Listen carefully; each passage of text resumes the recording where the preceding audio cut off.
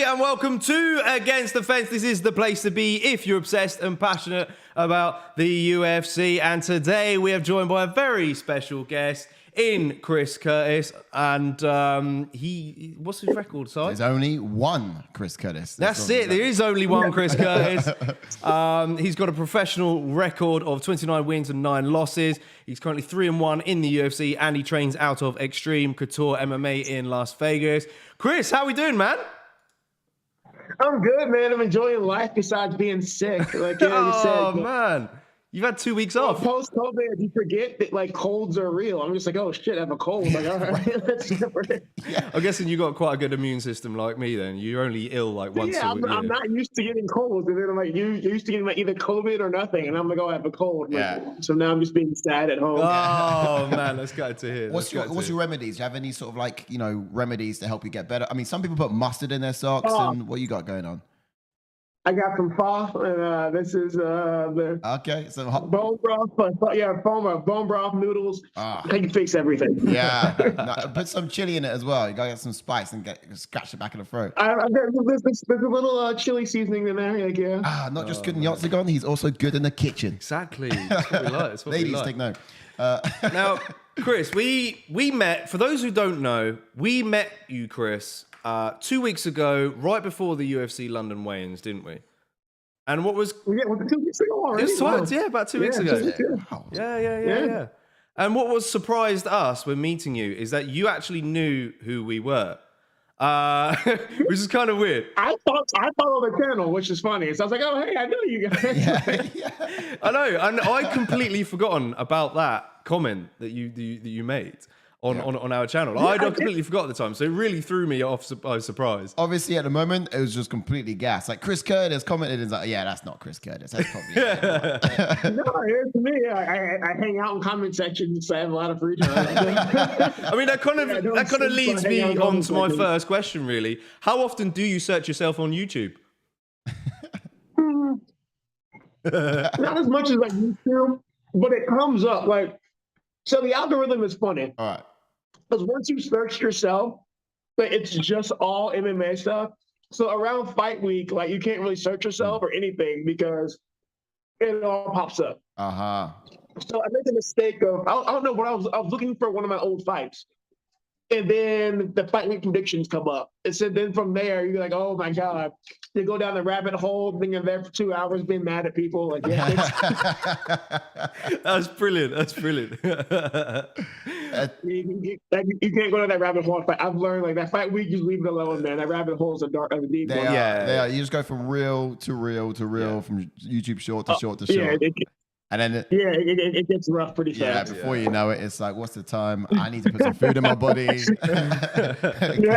yes to it. Yeah, that's the one. Oh, awesome stuff. Well, I'm glad you found us, man. Yeah, I mean, 100%. yeah. I know you got something else to search on YouTube. It's Against the Fence. So do you know what's quite funny about our YouTube? We have so many how to build a fence tutorials that pop up on our YouTube. We generally do, because I'm always against the fence, and so. Just a wedge between there. Yeah, just this wedge, like how to build a fence. Fence posting 101 against the fence. Yeah. I kid you not. It's like picket fence, how to do this. And I was just wondering why fences keep coming up on our YouTube. Who's doing DIY? And I was like, obviously we got against the fence all the time. So. You're filling a niche, man. Man. So fence building MMA fans, like you guys are the only place to be. That's half our audience. Half our audience are actually, elderly ladies and families at home building fences. They're trying to find how to build a fence, and they realize and now they love UFC. Good job. Man. I mean, yeah, let's talk about UFC London then for a bit. Like I said, it was 2 weeks ago now. You have returned to training already, like as I've seen. Did you get up to much during your time off though? You've had 2 weeks off, of course. Did you get anywhere with the family or anything like that? I was back in the gym on Monday. Oh, really? Straight away? Straight in. I was back in the gym I was gonna train Sunday, but we had a delay. We got back too late on Sunday. Right. I was back in the gym Monday. I haven't taken any time off at all. I just been back to training and Nose. I was actually hoping to fight next week, but turns out it's not gonna work. So yeah, I was trying to fight next week. Was it the cold or? No, they did. We couldn't get an opponent locked in. Okay. So I was hoping that would happen, but like, now I'm just back in the gym already, just waiting for what comes next. So like, you're primed and ready though, and there it is right there on the shirt. Nose to the grindstone.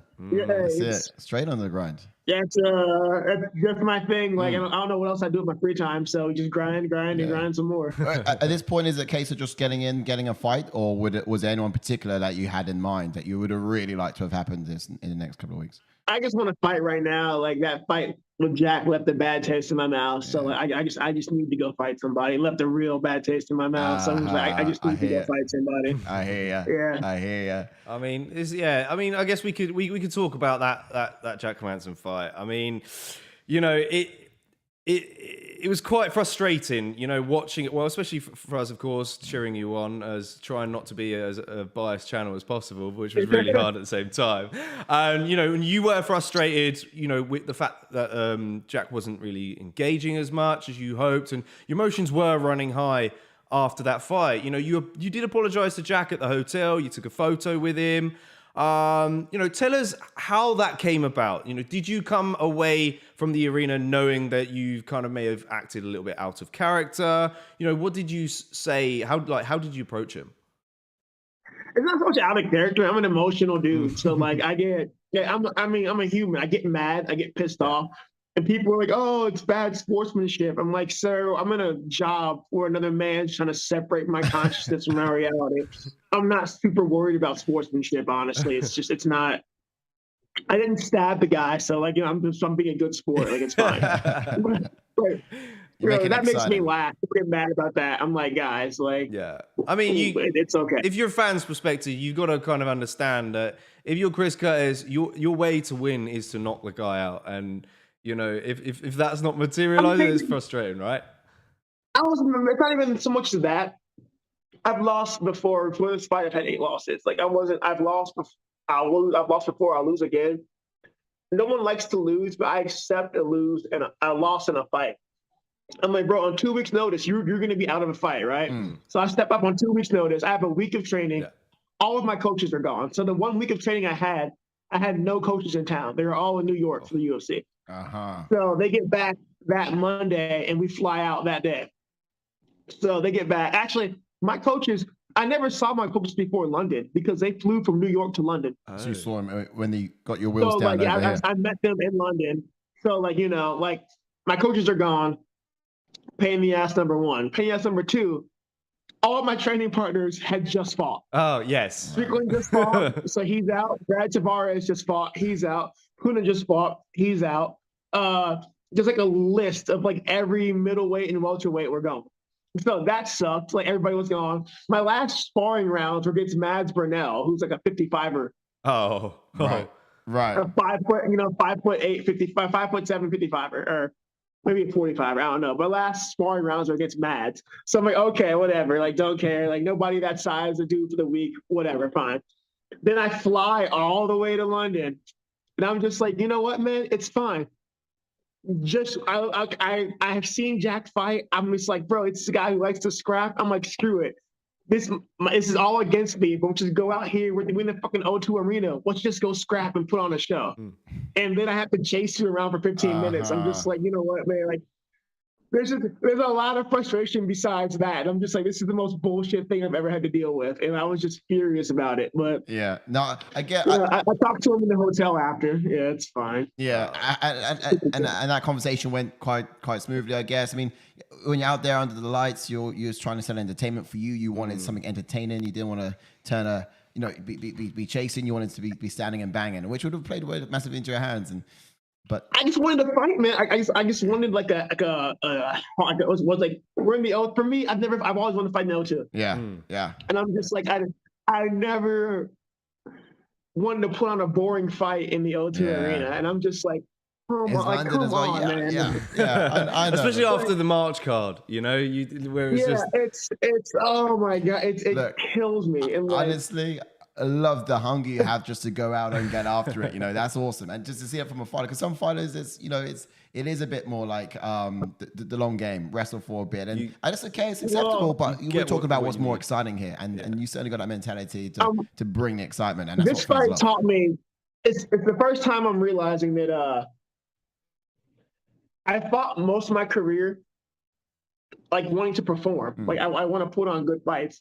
I want to have good fights. I want to have exciting fights and just, whatever.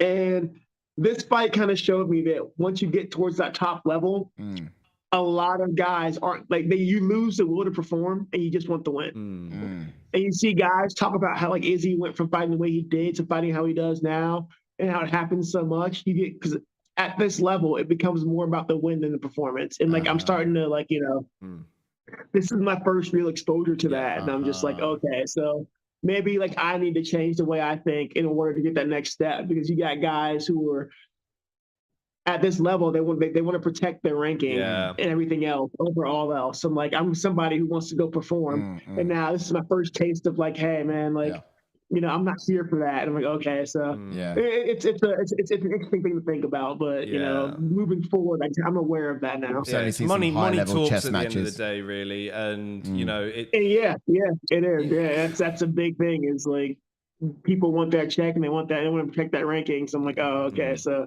it's my first real exposure to that. Yeah, I guess it kind of leads me on to my next question in a way.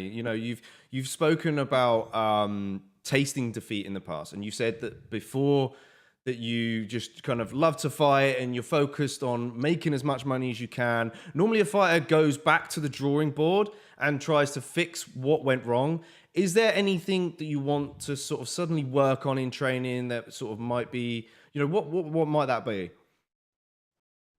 No, honestly, I feel I beat Jack 99 out of 100 times. Like, it's just the situation. I mean, honestly, I went to a fight really unprepared, and this kind of side effect of it. The first round, I lost. I got outpointed. Second round, I feel like I've watched the fight like 10 times. I was winning the second round, so that kick buzzed me, and then I got stunned. Had to recover. And then I spent the last half of the second round chasing him around still. And then I won the third round on 2 of the 3 cards. So I'm like, it wasn't a great performance on my end, but I knew going in that I wasn't as sharp as I could be.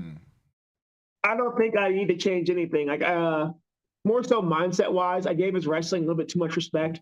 But after the second shot, I should have stopped caring about his wrestling. Like, you can't take me down. I'm stronger than you are. Honest to God, man, like it's skill set wise, I beat Jack 99 out of 100 times. So like I fucked up. There's a lot of just unfortunate circumstances around it, but it was his night. But you put me in there 99 out of 100 times, I will beat him. And like now, my goal is I'm hunting Jack Hermanson. Like for right now, the only goal is getting back to Jack Hermanson. I'm getting this back. I'm not gonna let this stop. Okay, I'll find you again, and I'm gonna knock him down in front of honestly, I plan on knocking him out in front of a large crowd of people, and like just to prove, like, hey man, like, oh man, good job that first one. That was a perfect storm of like shit coming together. Yeah, man. So like lightning don't strike twice. Let's hope it's in Vegas next time. Hey, it'd be huge. Those fists will be fueled. I mean, there's a lot of frustration that needs to be let go, and that's just the best way to let it go. I think there's nothing worse than losing. Had I gone out there, we scrapped, and he just knocked me out or submitted me, I'd be like, okay, it sucks, but I'm fine. There's nothing worse than losing because you just weren't prepared. Like, that's the worst thing ever. And going in, I overestimated my ability to kind of just adapt on the fly. I've always used that to my advantage. I'm really good at adapting.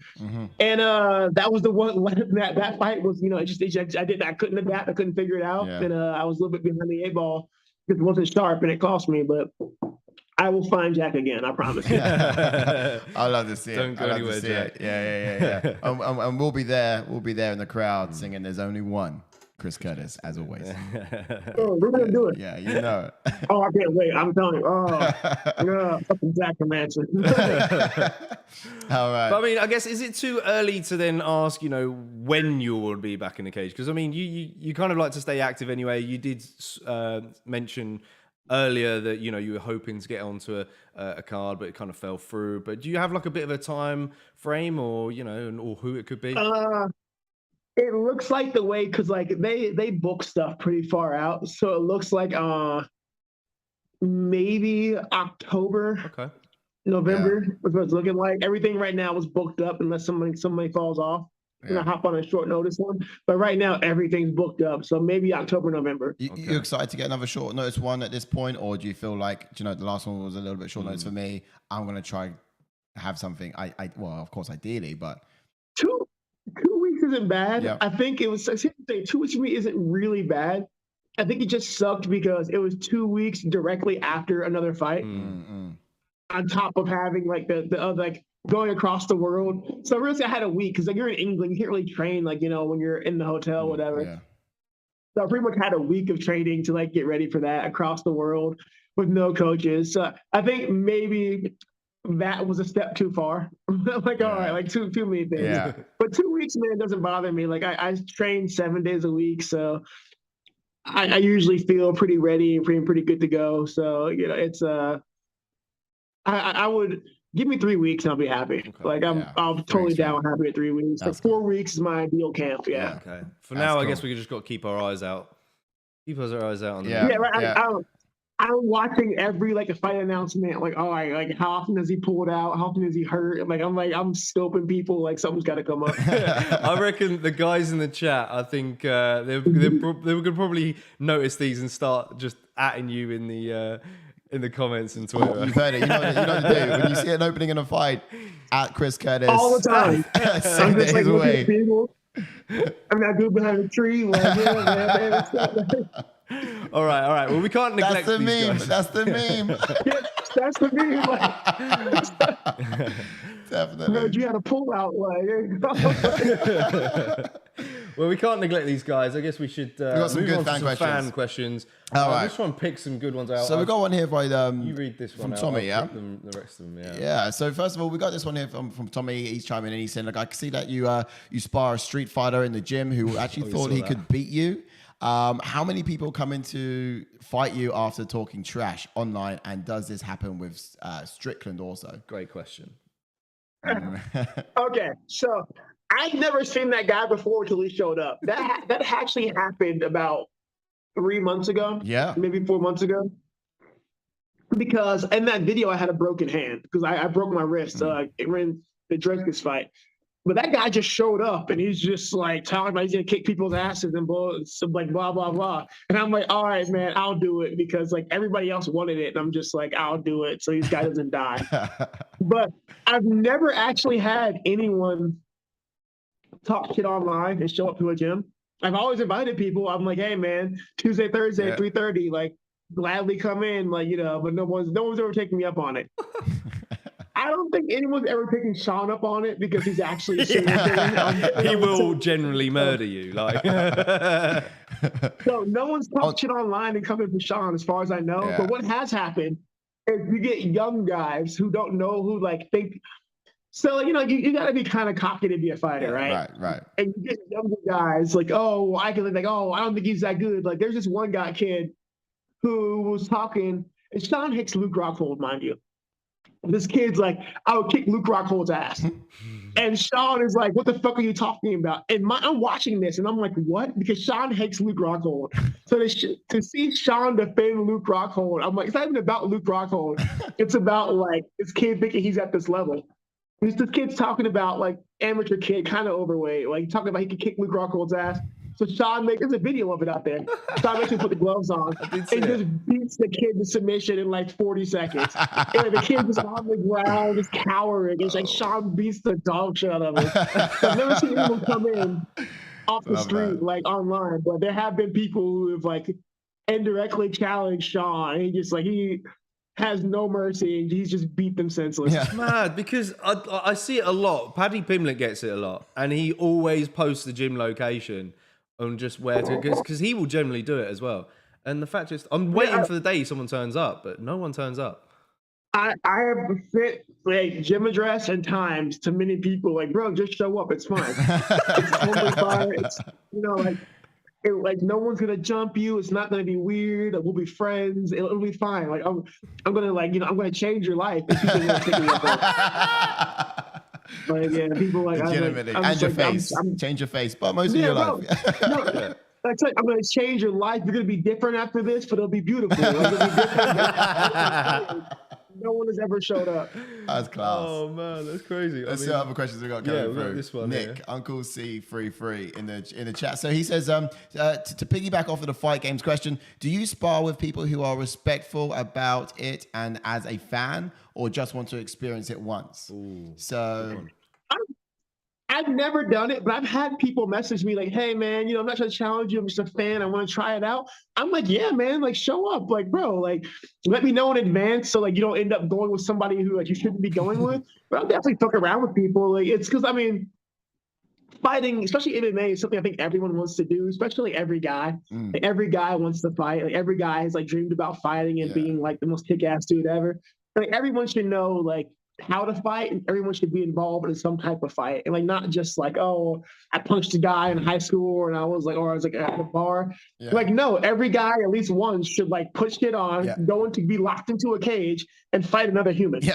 I'm like, bro, I always tell guys, people ask me all the time, like, bro, come to the gym, let me know in advance, like I'll like get everything set up. Like, I'm not gonna kill you, but like, yeah, dude, I respect your desire to be like, I want to see what it's like. It's always like, yeah, man, like in your head, you always fight better in your head as well. So you're about to rock up, you're gonna do some karate kicks, you're gonna be some spinning artery all over the gaff and all that sort of, and then reality sets in and you weigh heavier than you thought you did, and you can't jump that high, and that leg don't reach up that high as you thought it did. It's entirely true. Yeah. But here's the thing, though. Like, say you got guys. So I'm always like this. Like, people are like, why would you do that? I'm like, say you come in, like, I know I can beat this guy up. Say we move around. Say he fucking has fun. Yeah. That guy's probably never gonna go start an MMA career. But maybe he starts doing kickboxing or jiu-jitsu or something, whatever. Because he's like, oh shit, I didn't die. It was scary, but I liked it. I'm like, fuck yeah. The more people I can get like doing combat sports, the better it is for everybody. Right. So like maybe those guys just come in, they like it, they didn't die, and they want to stay around. I mean, now you got more training partners, you got more friends. Like, why not? I try to be. I'm usually not a dick to most people. Like I actively try not to be a dick to most people. Like, thanks for trying. Thanks. Yeah, I've been an asshole a lot of my life. As I've gotten older, I'm like, there's just no point. So like, everybody's got their own shit going on. So I really try to be cool to everybody, and like, I'm always down to encourage people to come in and try shit. Nice. No, I love that. And I think some people feel like you can't solve your problems by fighting, but you absolutely can. It doesn't have to be violent. It doesn't have to be violent. You don't have to be hated. It's just like, all right, let's have a fight, and in a respectful, like controlled setting. That's G.I. Joe taught me that. Knowing is half the battle, and the other half is violence. Like, yeah, like, bro, like we can talk it out, or we can just fight and be done with it. Like, fight it out. Everybody airs their grievances, and then we go back and never talk about it again. There we go. Easy. There we go. All right, next question up. We got Breezy, and he says, how did it feel walking out to Sweet Caroline? Great question. It's a really good question. And then he says, where does it rank in all of your walkouts? How much does the walkout impact you in the ring mentally? So you got three questions there. Great question. How did it feel? Where does it rank? And lastly, how does it have an impact on you, those walkouts generally? A good walkout. It was absolutely like one of the coolest things I've ever done in my entire life. But I've got overall, if you add everything up, I got almost, I think like 100 fights almost, or like maybe just over 100 fights. You add everything up, and it was the coolest thing I've ever done. And walking out to that and having like that many people freaking, it was the coolest thing. It's absolutely greatest coolest thing I've ever done in my entire life. Like, so it's up there. So it was ranked up there. That actually beat my Madison Square Garden walkout. Whoa. Wow. The Madison Square Garden was exciting for me, but that beat my Madison Square Garden walkout. It was the coolest thing I've ever done. I'm telling you, this is the UK market, man. Us Brits are batshit cray. Literally, because if you go to a football game over here or soccer for you guys, you won't experience a better atmosphere. Like, especially if you're in the good end, because literally the songs, the chants are electric. I've never seen fans like you guys. It was like, I was like, this is the coolest thing I've done in my entire life. Like, so it sucks to lose, but like I'll trade that loss just for the atmosphere, and like having that moment, that memory.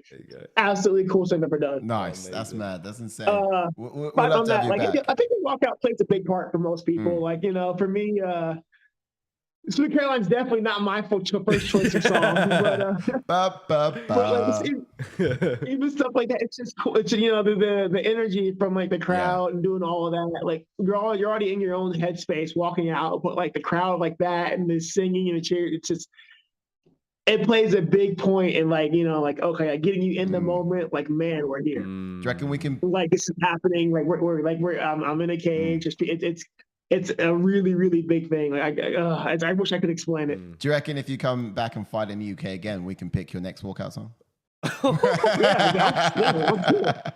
don't know. Come on, Ivy. We've already seen Barbie Girl, right?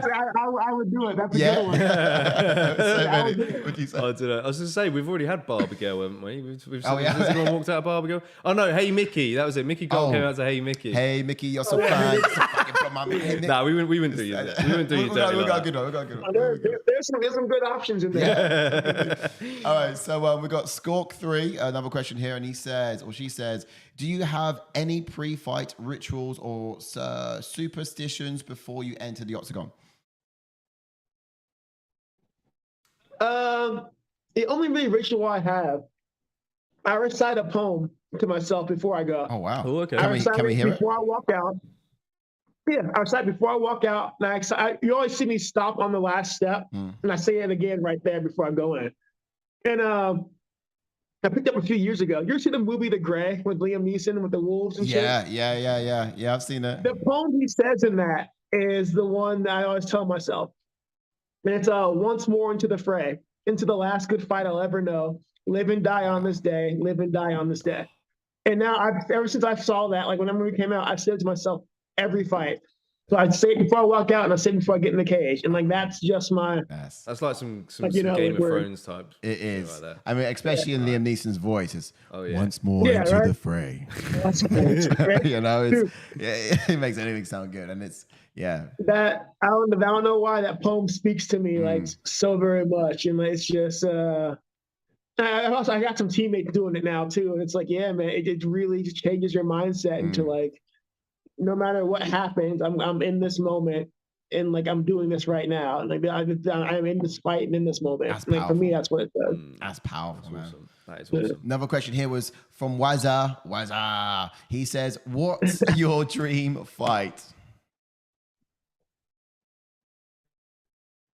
Dude, I don't know that I have a dream fight. Like but here's the thing. Oh, I'm lying. I know who I wanted to fight. Jack. I wanted to fight Brian Barberena. I think that would be such a fun fight.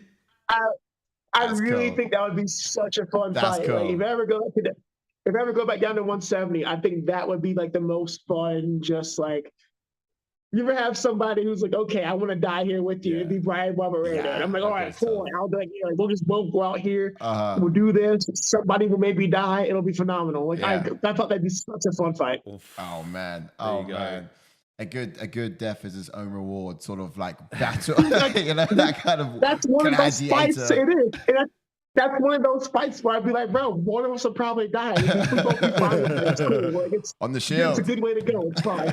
Love that. That is the one. Should we read this one out from Ash? I'm a big Brian Barberena fan. Like, he's one of the few guys I have to enjoy watching fight every time. I'm just like, fuck it. Like, all right. Yeah. No regard towards own safety. All right, I'm here. His fight against Matt Brown was so good. Yeah. Oh my days. That was good. Oh, man, yeah. That was fire. I think it was fight night as well, but it definitely got it for me. So Ash has got a question here you wanted to ask. Typical Ash question. We did see Ash a bit earlier. So his big question is, do you know Frankie? Want him on the channel? Big question mark. Frankie Edgar. He's a big Frankie Edgar fan. He's a huge Frankie Edgar fan. And he's asking everyone. So I'm not super close to Frankie, but I'm going to always be a Frankie Edgar fan because I'll segue into a quick Frankie Edgar story. Oh, okay, great. So, like, God, probably 9 years ago, I'm going to fight. I'm fighting for CES. I'm fighting Chris McCray. So we show up, we weigh in, everything's good. It's fight day now, right? Mm-hmm. I go to the back. I'm getting my hands wrapped. Right. And Dan Strauss, the former Bellator featherweight champion, my cornerman, he comes up to me and he gives me a hug. Now, I've trained with Dan Strauss for years, and Dan Strauss isn't kind or like in a first. He doesn't emote. He's not kind. He's never hugged me or really been that nice to me. Right. So I'm like, what's up? Am I dying? Like, what's happening? And he was just like, he gives me a hug. He says, "Don't worry about it." A few minutes later, the promoter walks in. The entire show's been canceled as we're getting gloved up. So in New Jersey, which is Atlantic City, there's a rule that cages for pro fights have to have 2 doors. It was a 1-door cage. They canceled the show. No. Wow. Really? So the promoter asked, like, "Hey, can you guys stay and fight tomorrow?" And we're like, "What?" So we would have weighed in like 48 hours ago, and then we're just everybody is like, "What is going on?" They just throw like the fuck it button, like that's fine. Like, is that legal? Like, it's not even legal. Like, it's crazy. So the commission's like, "You can't do that. It's not a thing." What? So they're like, "Okay, blah blah blah." So everybody's pissed, and like nobody's getting paid. And Frankie Edgar is Chris McRae's coach. Right. He's there. He's been cool all week, and he fucking snaps. And he's like, "No, my guy made weight. He showed up. His guy came from the other side of the fucking country, made weight, showed up. He's getting paid. Like, they did their jobs. You're paying them." Yeah. So we got, like, Frankie Edgar fucking lost his shit. I got my show and win money. I'm like, bro, I have never cheered against Frankie Edgar. He can fight my mom. Fight my mom. This is it. I see him every now and then around, but I'm still just like, bro, I'm a diehard Frankie Edgar fan. That's amazing. I've done some producing before, and love that. it's the same sort of thing. You get everyone ready. If you cancel the whole filming and everything days before you actually start filming, then you still got to pay the cast and crew. It's just how it should be. Wow, that's wild. Frankie, but come on, Frankie. We did it back for like his boy and me, and like we both got paid. I'm just like, oh, I will never root against Frankie Edgar. Well, unfortunately, actually, I've fallen short on that one a little bit. Yeah. Chris doesn't have Frankie's number. Hopefully, I don't have Frankie. But maybe you can return the favor. He got you paid, so maybe you can return a favor and just you can get. We'll allow you to bring him onto the channel if you. Poor man. Yeah, poor man. Frankie doesn't know what he's got coming for him. I'm sure. I'll ask Chael Sonnen. Like, I got Frankie's number. No, Chael would have Frankie's number. Okay, yeah, Chael. Chael knows everyone's number. He's got everyone's number. Chael knows everything. Like, freaking Guru Chael over here. Yeah. All right. Let's have a look. Do we have any other questions? This one from Fight Game 247 is quite cool. Oh, yep. Go on. So he says, how did you spend your first UFC paycheck? Oh, that's quite a good question. When did I do that check? I didn't do anything. You frame it. I literally, my first check, I didn't spend anything. I paid my coaches and my managers. Wow. And then I'm just sitting around like, holy shit, I'm not poor. Like, I'm still kind of broke, but I'm like, I've got money now. Yeah. Because like right before that happened, man, I had like, I literally had like no money in my bank account, like zero. And then I had that fight. So I'm just like, I've got money in my bank finally. I'm kind of hanging out. And I'm just like, what is happening? I didn't do anything. And then I fought 2 weeks after that. I fought Brendan Allen. So I fought that fight. Then I got a bonus. So I went to fucking Turkey. Wow. I went to Turkey. I went on vacation. So I was in Turkey because there's a 17-to-1 exchange rate. So I'm in Istanbul in like 5-star hotels for like $60 a night. Like just living my best life. It was great. Wow. That's phenomenal. But the first check, nothing. Second check was the bonus. I was in Turkey just wilding out, spending money. Man, that's crazy. That's cool. That's good. Just for no. Oh, dude, it was a crazy 16-to-1, 17-to-1 exchange rate. Oh, I was acting a fool. Like, oh my god. That's almost like getting paid another bonus when you go out of the plane. Oh, dude, it's absolutely. I'm telling you, man. Like, I spent so much money, but I didn't spend so much money. The exchange didn't say so. Yeah. So much change. You spent so much change. Oh yeah, it was a great time. All right, we do need to get into this game a bit later though, and I think you're gonna love it. Well, I can't wait to get into it. But we've got another question to come through for you. So here we go. We've got Breezy, and he's asking this question. He wants to know, how do you overcome obstacles in life? For example, getting the finish in the Contender Series, but not getting the contract must have been really hard. So to still move on and come back to the UFC and win, he seems to think it's quite a feat. So how did you deal with that? Yeah, that's a good question. That's the roughness. That's the roughness, man. Like, and one thing I've learned is with obstacles for anything, it's kind of a two-part solution. You have to have having a dream makes getting the obstacles easy or easier. Getting the obstacles never easy in life. But when you have a dream and you have something that you sacrifice for, your family sacrificed for, and like something that means more to you than breathing, like it's really hard to quit. Like for me, at the Contender Series, even after PFL, like I wanted to quit, man. Like I really did. But I've had this dream since I was 12 that like I, like wanted to be one of the best guys in the world. And it's hard to give that up, especially because like, when I first went pro, I was broke. I had a newborn kid. So I'm broke. Like I can't afford to do like a bunch of stuff for my kid.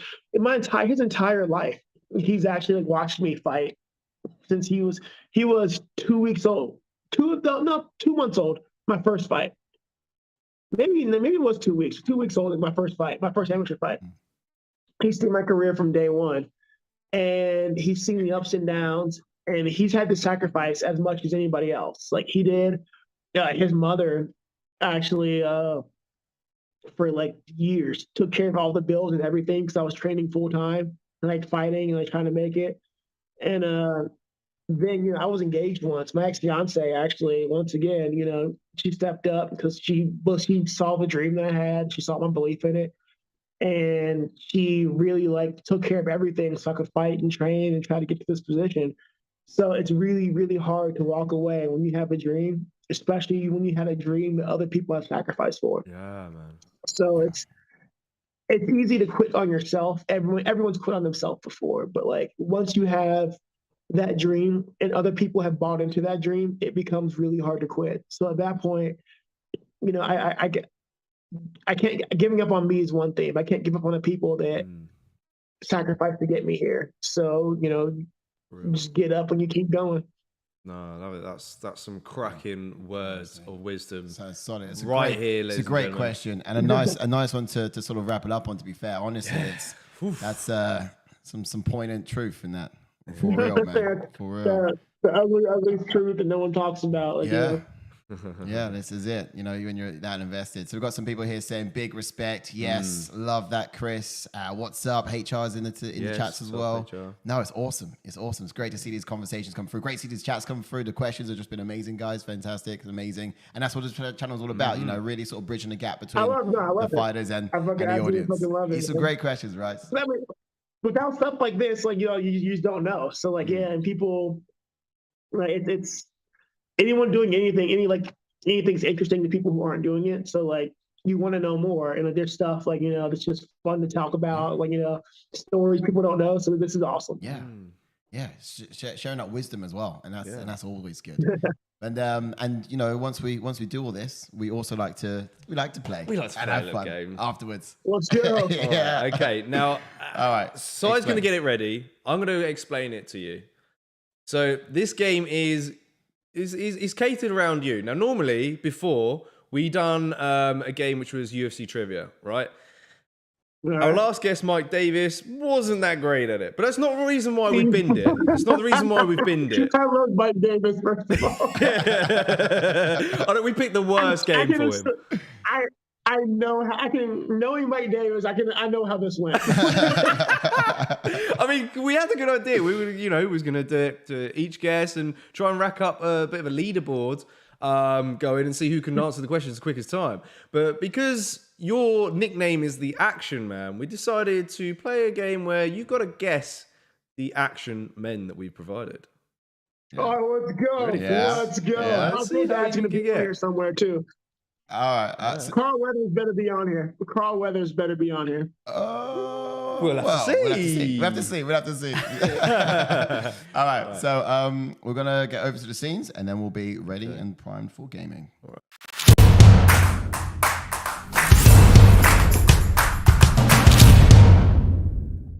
Sylvester Stallone and Rocky Balboa. Oh, okay. Whoa. Straight away. Straight away. That was the first one. Okay, that's no messing. We're just putting you back into the frame there. Just, had to rejiggle some things around. All right. So, okay. The game is up, and you're already off to a flying start. With something there. You guys don't understand how many movies I watch. You watch a lot of movies. Okay. Okay. I got a lot of free time. Yeah. So As you say, this very first Ricky one, Baba. nailed it. Action Man number 1. And we want the name of the character, just so you know. You can get them both if you want the actor and so on, but you need the character also. Yeah, Rocky Balboa. Okay. Sylvester Stallone. You got it. And Rocky Balboa. Oh, you've got a film too. Okay, here we go. Ready? Next one up.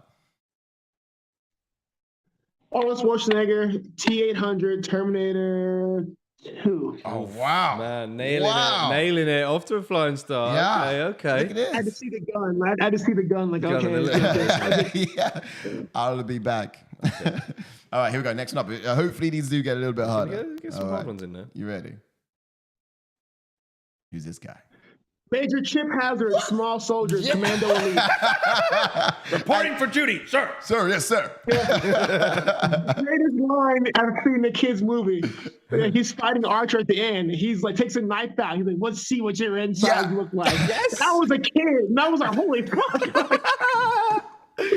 Why was there not a sequel to that film? Yeah, it should have been. I had a Small Soldier's birthday when I was like 6.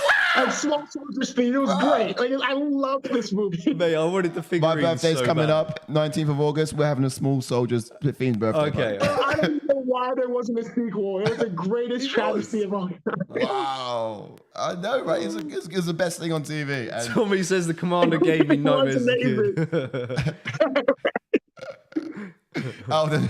Look at that flat head as well. You know, It's so great. Like, the most American shit I've ever seen. yeah. This is how the rest of the world sees Americans. Oh, Brian, it was awesome. God. Absolutely awesome. Oh man, I love that guy. Okay, who's this? What is it? John McClane, Die Hard 2. Bruce Willis. I don't know. I thought you might have mistaken that for Nicolas Cage because it does look a little bit. No. Nicolas Cage would have more windswept hair. Look at this. The guy's an expert. The guy's an expert. I think we should wrap our game with this, you know. Absolutely. All right, let's see where we go. So far, you've got them all right. All right so far. We're All good. right. Next one up. But this one. Daniel Craig, James Bond, Gold. This is Quantum of Solace cover? No, Quantum of Solace he had. This is Skyfall. Ooh. I believe this was Quantum of Solace. Quantum of Solace. Ooh. Was it Quantum? Yeah. Quantum. You guessed the action. Yeah. But you got the rest of it right. We'll give you that. We're not tyrants over here, but I want to. All right, next one up. Stay with my gut. There's nobody there. Who's this? There's no one there. Oh! Chris, he's on fire, mate. He's not falling for it. Of course, man. No, you all know it's John. I think it's John Cena. There's no outline, but I'm going to assume it's John Cena. You're right. There's no one there. There's no one there. You don't see me. Come on, man. Nothing. No, for a second, I was checking my Zoom. I was like, have I done some technical issues?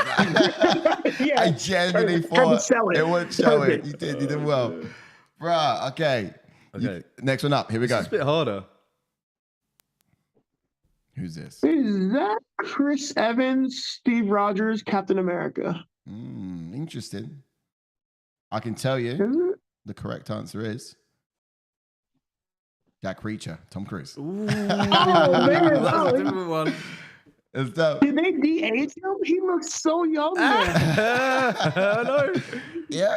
Wow, Jack Reacher was a good one to throw in there. He looked like Chris Evans when it was blurred. That was weird. Just to go back to that image.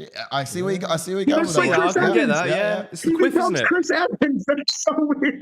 Or more Pratt, I think. More Chris Pratt, I'd say. Yeah, it's just difficult, isn't it? It's Not actually much a combination No, of the two. he looks like pull up Captain America. He looks like the Captain America right here. He looks just like Chris Evans. Some people in the chat were saying Tom Cruise as well. Yeah, That's okay. crazy. Yeah, so Israel Ferrell was saying Top Gun, but not quite. Yeah, Tom Cruise, Jack Reacher. Yeah, Jack show's a good Reacher. one. I mean, that got me. it's that leather jacket. Yeah. That was a clue for Jack He Reacher. looks de-aged. I don't know. Next one up. Ooh, it's Ben Affleck, the Batman. Oh, he even knows That's Justice probably the League. easiest one. He knows about. Yeah. I thought I had to put an easy one in there, but it turns out they all were apparently. But Bro, swole, yeah, like fucking swole Batman. yeah, I mean, I've never seen him so swole. That's crazy. Even the bat symbol, like, if bats were that thick, could they even fly? No. Bro, no. It'd be like a fucking condor. You know what I mean? You know what I mean? Okay, who's this? Oh, here, now we have Chris Evans. There you go. Would you like watch it be Tom Cruise? Oh, okay. That would have been great. That would have been great. I would have been so amazing Tom Cruise again. Like, tell me you used to play Tom Cruise. Look, those pictures are identical. Yeah, it's similar-ish. I mean, he's more blonde in this one, but yeah, of course. Yeah. This one. Next one up, who's this? Oh, it's the Action Man. And let's see. Yeah, it's fucking Action Man, bro. You can't fool me on that one. Damn it! It's like Action Man from 2000 or 1990s. I know. I can spot it a mile away, man. You can't get me on that one. You got it. Honestly. We probably should have had him like on a motorbike or something, or on a stealth bike. A little bit harder. Israel. I know immediately, bro. Action Man's had like every fucking profession known to man. Like, like him and Barbie, like the worst two. Like, yeah, pretty much. And Ken. But and the Breezy's just saying, for real, you're nailing all of this. Yeah. And Israel Ferreira is saying Chris Pratt Star-Lord. I think he's laughing at that one. Yeah. Okay. Bro, I've got... Next up. Oh, dude, just the one and only true Action Man.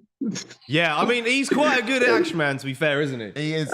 It's my favorite Action Man. Is it really? It is. And this all right. Really? Drum roll before you name. Drum roll. Which fight is this? Well, which fight? This was... Chris Curtis, the Action Man. This was Herb Dean's there. This was Brendan Allen. Brendan Allen. Okay. Well, you got half of that right. Okay. Yeah. Wait, what was your answer? Your answer was Chris Curtis, yeah? Chris Curtis, the Action Man, against Brendan Allen. Okay. It's Herb Dean in the background. Unless this is Curtis Blades and you're fucking with No, it's actually Herb Dean, Herb mate. Dean's the one we're looking for. Sorry, you got that one wrong. Was it? It was actually Herb Dean. Herb Dean's in the background. What a shame. Oh. Damn, guys can't. Do you know what? Genuinely thought you was going to get them all right until that last one. Oh, man. Yeah. Herb Dean just staring at me. Wait, who was the other guy you said was in the foreground? That's fucked up. But, dude, seriously, the funny thing about Herb Dean, he always looks at me like a disappointed sibling. Like a sad uncle who's like as I talk to him, he looks at me like, what the fuck are you doing, man? Like, he always has this expression when I see her being. Like, I don't know if he's mad at me or if he's just tired of fighters being stupid. He looks at me all the time and he's disappointed. I'm like, what did I do? Coolest dude ever, but he always disappointed in you. That's bloody amazing. Yes. I imagine that. He just was like, dude, he's coolest dude ever, but he always looks disappointed in you. I know. No matter what you do, do you tend to like? No matter what, Herb Dean looks disappointed in you. I'm just like, I'm sorry for letting you down, Herb Dean. You're just not protecting yourself at all times. You know, you just get ready. You're getting hit. He's like, what are you doing, man? Like, what are you doing right now? Like, I'm sorry. Yeah, imagine. So, do you ever like knock someone out on your Octagon and walk out and go straight to Herb Dean and say, "I do good? Did I do good?" You know, look for his approval. Are you tired of me now, Papa? Exactly. He would just walk away.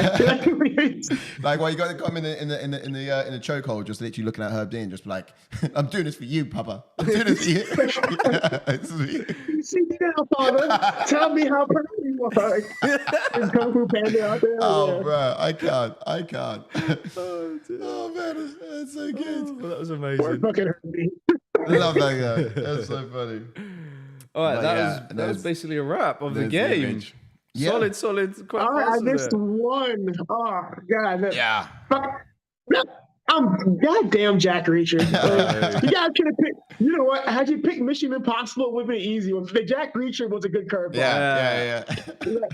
That was a good curveball. Don't worry. I would never have guessed Jack Reacher because that was not the role I would have went with. Like, nice. Well, do you know what? I'm excited to be challenged and do that again with you sometime, perhaps down the line. We'll up the game. See if you can get up the stakes a bit and see if you can like get 100% or something like that. But yeah, maybe we can. Let's get it, guys. I'm telling you, I've got a massive knowledge of like useless movies and pop culture. Let's go. Yeah.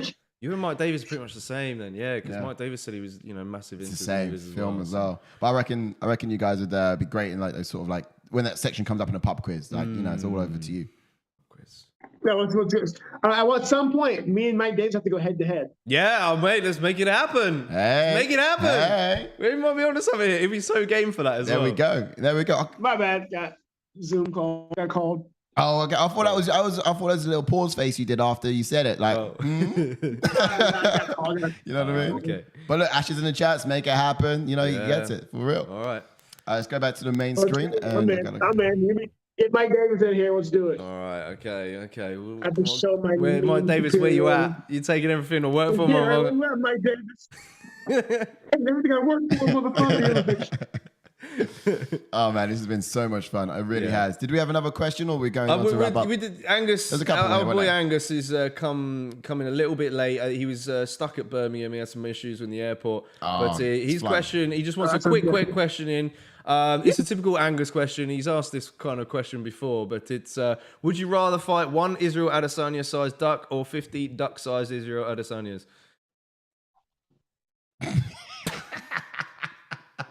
He's froze. You got him. Where are we fighting? Oh, is it on the pond or is it? Which side of the pond? Land. Yeah, like land or pond. Like, that makes a huge difference. It does. All right, Angus, you heard the question. Are we talking land or pond? But let's go with Octagon. 5 rounds of 5 minutes. Octagon. Here we go. Fight Island. Okay, Fight Island. Octagon. I'm taking one. I'm taking an Izzy-sized duck. Okay. So, dude, nah, man. Like he's gonna have trouble. He's gonna be all head. Easy to head kick. They got tiny little legs. Yeah. They don't turn really quickly. Like they're like it's fine. Okay. I like that. That's a solid answer. That's a very Izzy-sized well duck. thought answer. But look out for that one bang though, because if he pecks you, then that's that. Just but the duck size Izzies are gonna be out here like throwing leg kicks and like doing weird shit, and it's just like it's like small soldiers. They jump on each other. The same thing. Oh. Yeah, I'm not gonna get Voltron by 15 Izzies right now. I'm cool. Oh man, that's mad. Oh man. And we did say that was the last one, but there is one from HR just chiming in real quickly here. He says, favorite UFC fight of all time? Boom. Favorite fight of all time. Fuck. It's a big question. It's almost like go on. No, I know this. It was McDonald and Lawler. Oh yeah. Yeah, that's classic. That was just, and I was just watching that. And I was like, man, I think Rory McDonald's actually dying because like he started out so well, and then you see him start like slowly dying as the fight goes on. Yeah. So I remember he got dropped, and Robbie Lawler let him up. I just remember Rory McDonald looking up at him like, oh, I want to go home. Yeah. Oh, he was quite close, to be honest. I think one more round, and maybe he could have taken it if could have dug deep, but he just couldn't take it. That man couldn't have absorbed any more damage. Yeah. He was just done. Absolutely insane. I think that even made our top 5 best fights of all time. We had this little pick series we done before. Yeah, man, that's right, one of those fights where like, he got stopped, but like I'm not mad at him. I'm like, there comes a time as a man you fight where you're like, I have exceeded my damage threshold, and I'm like, you know what? That's like I respect it. Like, bro, like it was either lose the fight or die. So like I respect it. Yeah, man. Well, it's great. You see everything go out there into the Octagon. I think as of late, one I would love to shout out because it was probably the last big banging fight I've seen in my mind. The Matt Schnell one. Matt Schnell. That was a great fight this year. Honestly, the amount of times he got it went down to like a knee and everything, and all of a sudden I could hear Chris Evans from Captain America just say, I could do this all day. And he's up again and going at it. Madness. Absolute madness. It's insane, but I love it.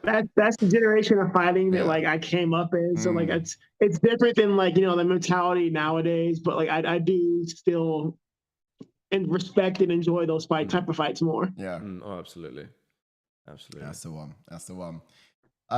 We've had a full hour of your time, and honestly, we got to first and foremost be super grateful for you. Yeah. We're going to give you the floor and give you a chance to do a shout out perhaps as well. If you want to have a shout out or you want to sort of have a moment just to say anything to the guys here in the chat as well, you just have a moment to the stage is yours. No, thank you guys for joining in, for tuning in, man. I appreciate you guys having me, and it's been fun. It's been a fun hour. It's fun questions, and you guys are fucking awesome, man. So thank you, and hopefully I'll have news very soon. Nice. Okay, fingers crossed. We'll be looking tight. Yeah, I'm hoping. I am hoping. Like, come on. We'll keep our ears to the ground to hear that, and we'll be fully behind screaming from the rooftops when we hear it. To be fair, but yeah, some good news. Love that. Yeah. Get back in the win column and get back to it, man. So it's what it is. So I can't wait. Nice. Same. All right, amazing, Chris. Thanks for joining us again. Yeah, man. We're gonna wrap it up and say bye to these guys. Can we get just 5 more minutes of your time just to get some picks for some future pay-per-views real quick? I got nothing going. The floor is yours, guys. Sweet. All right, awesome. cool. All right, nice one. All right, and thanks again, Chris. And thanks for tuning in, guys. As always, this has been a phenomenal show. We hope you enjoyed it. Please smash a like on the video if you've enjoyed it. And any newcomers, don't forget to hit the subscribe button, of course, as well. Absolutely. Thanks for tuning in, guys. We'll see you in the next one. Stay safe. Stay sexy.